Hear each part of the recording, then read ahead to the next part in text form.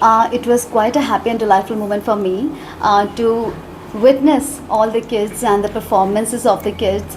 It was really good experience for me. मुझे बहुत मज़ा आया and the kids were performing really well and the excitement they showed on the stage and the performances they did on the stage was very nice. I thoroughly enjoyed all the performances and मैं यही चाहती हूँ कि मेरे शहर के बच्चे इतने talented हों कि उनकी धूम पूरे विश्व में हो जाए. मैं कोशिश कर रही हूँ, मेरे जैसे बहुत सारे लोग भी कोशिश कर रहे हैं. मैं कठुआ से हूँ और बहुत ही प्राउड फील करती हूँ कि मुझे आज जो कुछ भी मिला है and obviously I am not stopping here. ये तो जस्ट एक रास्ता है, इस रास्ते का एक पॉइंट है. इसी तरह मैं चाहती हूँ कि सारे बच्चे ऐसे आगे बढ़ें. और मैंने अभी स्कूल का जो दौरा किया है, मैं यहाँ पे I have just gone through all the things there. I'm really impressed with all the education structure they are providing for the kids, and it is really nice. And the lab they have provided, it's really nice. And what I like the most is the kind of education in a practical form. अभी जो practical जो education है वो बहुत important है हमारे लिए, because we are in 2023. सो पहले की जो एजुकेशन की अगर बात करें हमारे ज़माने की, we were more into rattafication and there was only doctors and engineers. तो हमारे ऊपर एक प्रेशर होता था कि ईदर डॉक्टर ईदर इंजीनियर्स. जो बच्चे इंटरेस्टेड नहीं होते थे मेरी तरह, वो बेचारे बीच में अटक जाते थे. उनके लिए बहुत प्रेशर होता था, because I wanted to be a fashion designer at that time. और मैं बचपन से टैलेंटेड थी, लेकिन मेरे टैलेंट को थोड़ा सा इग्नोर इसलिए किया जाता था because we wanted to get, my parents wanted to me to get education, a good education. But my dad was really supportive, my mom was very supportive. तो दे जस्ट टोल्ड मी कि बेटा पहले पढ़ लो and after that follow your dreams, do whatever you want. वो जो culture था, मैं आज आप सभी पेरेंट्स को ये बोलना चाहती हूँ, आप ऐसा मत कीजिए. क्योंकि आपका बच्चा अगर कुछ करना चाहता है, बहुत छोटी सी एज में आपको पता चल जाता है कि वो क्या करना चाहता है. एट द एज ऑफ 3 और 4 और 5 आप आराम से समझ पाते हैं कि आपके बच्चे का इंटरेस्ट कहाँ पर है. So help him to grow in that field. Education side by side चलती रहेगी, लेकिन उसके ऊपर प्रेशर मत डालिए, क्योंकि वो ना वो कर पाएगा ना वो अपना ड्रीम फॉलो कर पाएगा. और आज वी आर सो लकी कि हमारे पास सिर्फ डॉक्टर्स एंड इंजीनियर्स की लाइन नहीं है, हमारे पास इतनी सारी लाइन्स हैं कि आप बस नाम लीजिए, you have a career in that. आप बहुत सारे करियर्स ऑप्ट कर सकते हैं. Anybody wants to dance, they can be big choreographer. Anybody wants to sing, they can be good singer. Anybody wants to be in the field of fashion, they can do anything in the fashion. I am with the fashion field. मैंने एक movie में as a designer काम कर चुकी हूँ मैं, और मैं वहाँ पर उनके सारे जो लुक्स हैं, उनके सारे जो कॉस्ट्यूम्स हैं, वो मैंने डिज़ाइन करे हैं. तो मैं मल्टीपल फील्ड्स में हूँ. और इस तरह आप अपने बच्चे को भी सपोर्ट करिए कि वो जिस फील्ड में जाएँ बस तबाही मचा दें. मैम, आप एक एंकर भी हैं, एक सिंगर भी हैं, और अभी आपने जो मिसेस इंडिया खिताब जीता, उससे पहले आप क्या करते थे? हाँ, स्टोरी है एक. ये जो मिसेस इंडिया है ये इत्तेफाकन हुआ है. मैं आपको ये भी बता दूं कि ये कोई मेरा फोटे नहीं है. मैं ब्यूटी को पसंद ज़रूर करती हूँ, as all the girls they love to look beautiful. मैं एक डिज़ाइनर रह चुकी हूँ. मैंने मास्टर्स ऑफ कंप्यूटर एप्लीकेशन किया है, एमसी किया है, और मैंने एमसी किया है बैंगलोर से. मैं 12th के बाद यहाँ से चली गई थी आज से कई साल पहले, और मैंने जो वहाँ मास्टर्स किया, ऑब्वियसली मेरे पेरेंट्स चाहते थे कि मैं बहुत अच्छी वहाँ पे स्टडी करूँ और उसी में अपनी बनाऊँ लाइन. तो मैंने वहाँ पे डिस्टिंक्शन में मैंने उसको क्लियर भी किया है विद डिस्टिंक्शन. लेकिन मास्टर्स करने के बाद मैंने जॉब भी करी है, आईटी प्रोफेशन में रह चुकी हूँ. आई थिंक 3-4 साल तक मैंने जॉब करी है. लेकिन कहीं ना कहीं I was unhappy. I wanted to follow my dreams, क्योंकि मेरा सपना बचपन से ही कुछ और था. मैं हमेशा क्रिएटिव रही हूँ. मेरे पापा बहुत क्रिएटिव थे और मैं अपने पापा की कार्बन कॉपी हूँ.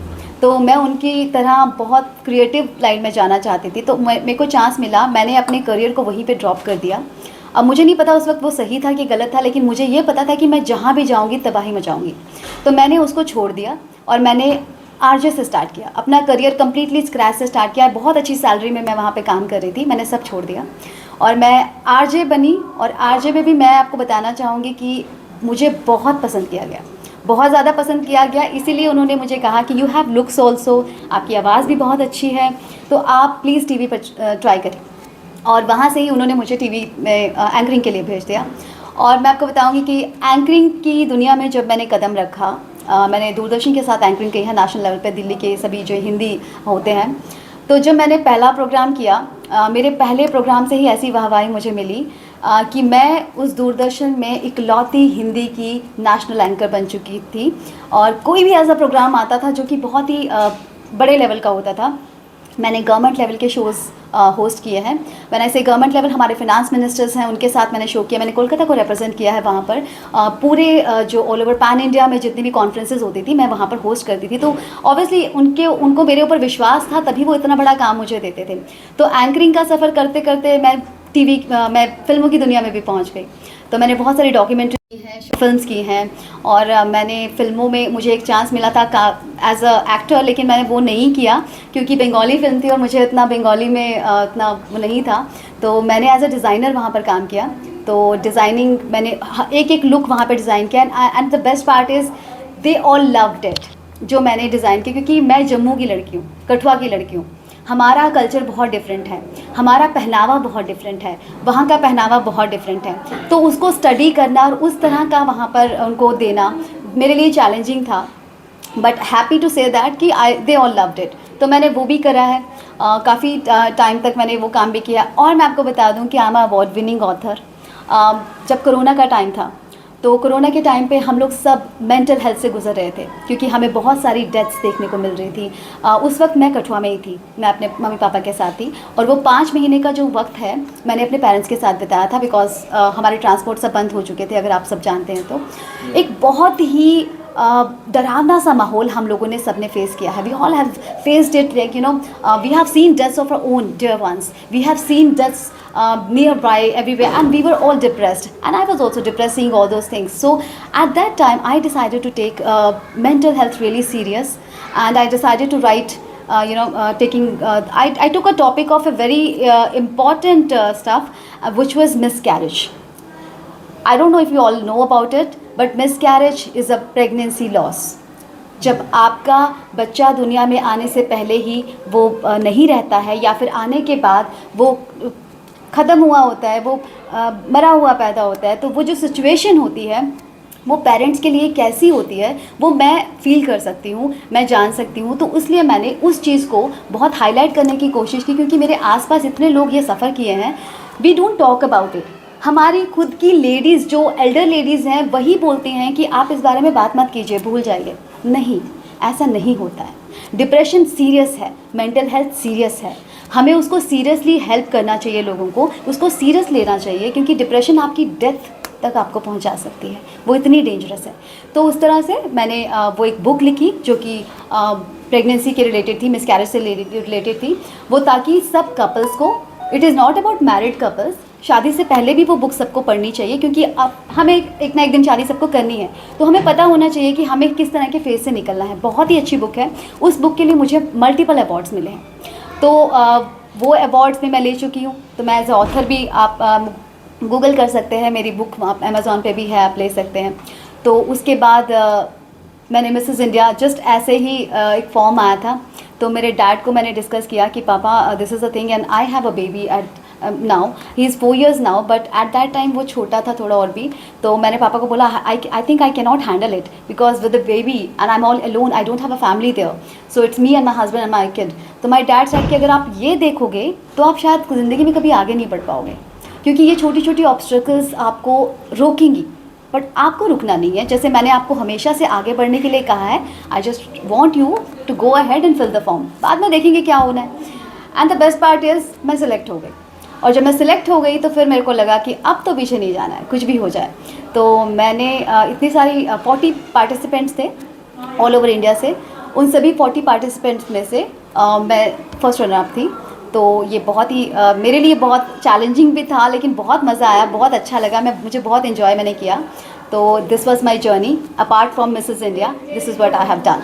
आप कठुआ की बेटी हैं, आपने इतनी बुलंदियाँ हासिल की हैं, लेकिन जहाँ कुछ लोग ऐसे भी हैं जो अपनी बेटियों को शहर से बाहर नहीं भेजना चाहते हैं, उनके लिए क्या संदेश रहेगा आपका? मैं किसी और की क्या बात करूँ, मैंने भी ये फेस किया है, लेकिन ये मेरे पेरेंट्स से नहीं। मेरे पेरेंट्स को बहुत सारे लोग आके ये बोलते थे कि ये तो बेटियां हैं, ये तो लड़कियां हैं, जितना पैसा आप इनकी एजुकेशन पे लगाओगे उतने पैसे में इनकी शादियां हो जाएंगी। और जिन्होंने ये बात बोली है मेरे सामने भी बोली है, और मैं उनको कुछ नहीं बोलना चाहती हूँ, मैं सिर्फ इतना बोलना चाहती हूँ कि आपने जो तब कहा था उसका जवाब आज मैं हूँ। मिनाली सहदेव, जो कि मिसेज़ इंडिया है, जो कि अपने शहर का नाम रोशन कर रही है। तो मेरी तरह अगर आप भी चाहते हैं, मेरे डैड बहुत प्राउड थे मेरे ऊपर, मेरी तरह अगर आप भी चाहते हैं कि आपके बच्चे आपका नाम रोशन करें, वो बेटी हो या बेटा, it doesn't matter, because nowadays क्या, हमें ये समझना पड़ेगा कि equality is really really important. आप जब हॉस्टल में अपने बच्चों को भेजते हैं, और आज ये एक फ़ैशन बन चुका है, you have to go to hostel for higher studies. जब आप हॉस्टल में जाते हैं तो आपके बच्चे को, लड़के को भी वही काम करना पड़ेगा जो एक लड़की को करना पड़ता है। उसको भी खाना बनाना पड़ेगा, उसको भी अपने कपड़े धोने पड़ेंगे, उसको भी सब कुछ। आप कितना सारा पैसा स्पेंड करेंगे उन चीज़ों पे, मेड रख के या कुछ करके। तो इक्वालिटी यहीं से स्टार्ट हो जाती है। अगर आप चाहते हो आपका बेटा भी वो सब कुछ करे, तो आपके बेटे को और आपकी बेटी को इक्वल इम्पॉर्टेंस दें, और उसके सपने पूरे करने से साथ साथ, पहले नहीं बोलूँगी, बाद में नहीं बोलूँगी, साथ साथ बेटियों के सपने भी पूरे करें। क्योंकि वो बेटों से कम है, ज़्यादा है, मुझे नहीं पता, लेकिन वो आपके हैं। आपका बेटा, आपकी बेटी एक ही समान है, एक ही जैसे हैं। उनके सपनों को पूरा करें, उन्हें पूरा पूरा सपोर्ट दें। सपोर्ट इतनी इंपॉर्टेंट होती है, आप नहीं समझ सकते हैं। क्या पता आप उनके साथ, क्या पता, क्या मैं ऐसे बोल रही हूँ, आप उनके साथ नहीं जाएंगे, आप उनके साथ स्टडीज़ नहीं करेंगे, आप नहीं वहाँ उनके साथ बैठेंगे जब वो अपने एग्ज़ाम्स के लिए प्रिपेयर कर रहे होंगे। लेकिन इमोशनल सपोर्ट, एक मेंटल सपोर्ट इतना ज़रूरी होता है पेरेंट्स का, कि जब आप उनको बोलते हैं ना, अरे यार क्या है, कर लोगे तुम, निकल जाओ, करो करो, इतनी सी बात उनके लिए क्या कर सकती है वो आपको पता नहीं है। वो एक मैजिक की तरह काम करती है। मेरे पेरेंट्स की सिर्फ इतनी बातें, मैं मीलों दूर उनसे रहती थी, बैंगलोर में रहती थी, मेरी दीदी भी डॉक्टर है। हम दोनों जब घर से बाहर रहते थे, हमें सिर्फ इतना ही बोला जाता था। पापा कहते थे नहीं नहीं, घर नहीं आना। मैं बोलती थी पापा मन कर रहा है घर आने का, बहुत मन कर रहा है, लेकिन एट द सेम टाइम मेरा ऐसा अपॉइंट कुछ है, घर नहीं आना है, फिनिश योर वर्क, उसके बाद देखेंगे। तो ये जो बोलते थे ना, वो मोटिवेटिव होता था काफ़ी। तो पापा की मोटिवेशन से मुझे और दीदी को बहुत कुछ करने को मिला। तो मैं भी यही कहूँगी कि आप भी अपने बच्चों को सपोर्ट करें। बेटियों को सपोर्ट करना बड़ा बड़ा ज़रूरी है, क्योंकि कल को वो जहाँ भी जाएंगी, वो अपने हक़ के लिए बात कर पाएँ, वो चुप ना बैठें, सह ना ले कोई भी चीज़। उन्हें पता होना चाहिए कि वो इंडिपेंडेंट होनी चाहिए, फाइनेंशियली इंडिपेंडेंट होना चाहिए, जो कि बहुत ज़रूरी है। लड़का जितना कमाता है, लड़की कमाकर उसकी मदद ही करेगी, वो खुद नहीं खा जाएगी कुछ भी। अपने घर को एक साथ बनाएंगे, क्योंकि आजकल वो जो ससुराल मायका ये अलग हो गया है। आजकल सिर्फ हस्बैंड वाइफ होता है, उनका अपना घर होता है, उन्हें खुद चलाना होता है। तो दोनों इक्वली एक दूसरे को सपोर्ट करें। मैम आप साथ में एक सिंगर भी हैं, तो उसके लिए थोड़ा सा आप गाना को गाया होगा। आई am not at all prepared for that. गुनगुना के थोड़ा सुनाएं। चिट्ठी आई है गा देती हूँ, वो मेरा पहला गाना था, वो बड़ा फेमस भी हुआ है यहाँ पे शायद। चिट्ठी आई मिगी चढ़े दाए चा, हो चिट्ठी आई मिगी चढ़े दाए चा, ते घर आना फौजिए ने,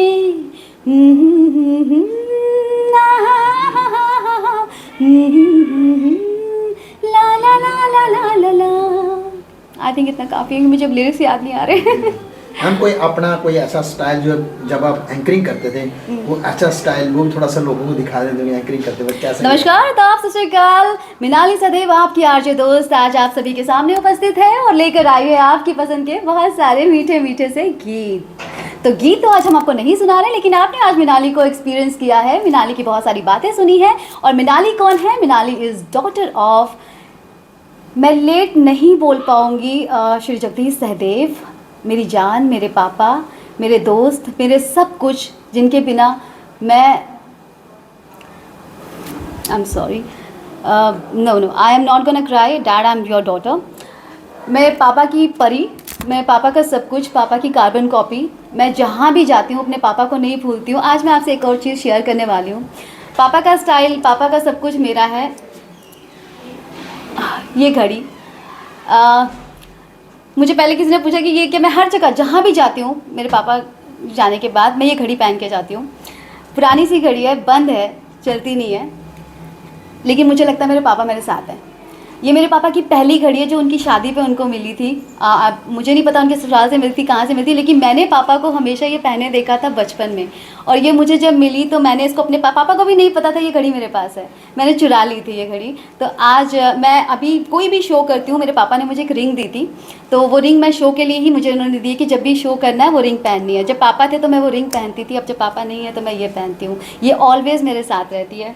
तो डैड, आप जहाँ भी हो, आप कहीं नहीं हो, मेरे साथ ही हो। आप मेरे साथ हो, मेरे अंदर हो, हमारे बीच हो। I love you so much. तो यही मैं बताऊंगी, आपने आज यही एक्सपीरियंस किया है। और एक चीज़ बड़ी इंपॉर्टेंट मैं आप लोगों से रिक्वेस्ट करना चाहती हूँ। मैं यहाँ नहीं रहती हूँ, मैं कोलकाता में रहती हूँ, लेकिन मैं अपने शहर के साथ कनेक्टेड रहना चाहती हूँ। तो कोई भी ऐसी अपॉर्चुनिटी हो जहाँ आपको लगे कि आपको मेरी ज़रूरत है, जहाँ आपको लगता है कि मैं आपकी हेल्प कर सकती हूँ, मैं आपके साथ रह सकती हूँ, तो I would love to do that. मैं हमेशा अपने शहर का साथ देना चाहती हूँ, अपने पापा का नाम मैं लेना चाहती हूँ। और मैं पापा की जगह तो कभी नहीं ले पाऊँगी, लेकिन जो वो करते थे मैं वो भी करना चाहती हूँ। तो बस मेरे को अपने साथ रखिएगा, अपने पास रखिएगा, और जो प्यार मुझे मेरे पापा देते थे अब वो मेरे शहर से मुझे चाहिए। Thank you. और ये फ़ोटो मुझे बहुत फेवरेट थी। उनके सभी पोस्टर्स में ये फ़ोटो रहती है, ये मैंने बनाई थी। उनके सारे पोस्टर्स मैं बनाती थी जो वो पोइम शेयर करते थे सबके साथ। तो ये मैंने सिलेक्ट की थी कि पापा आप इसे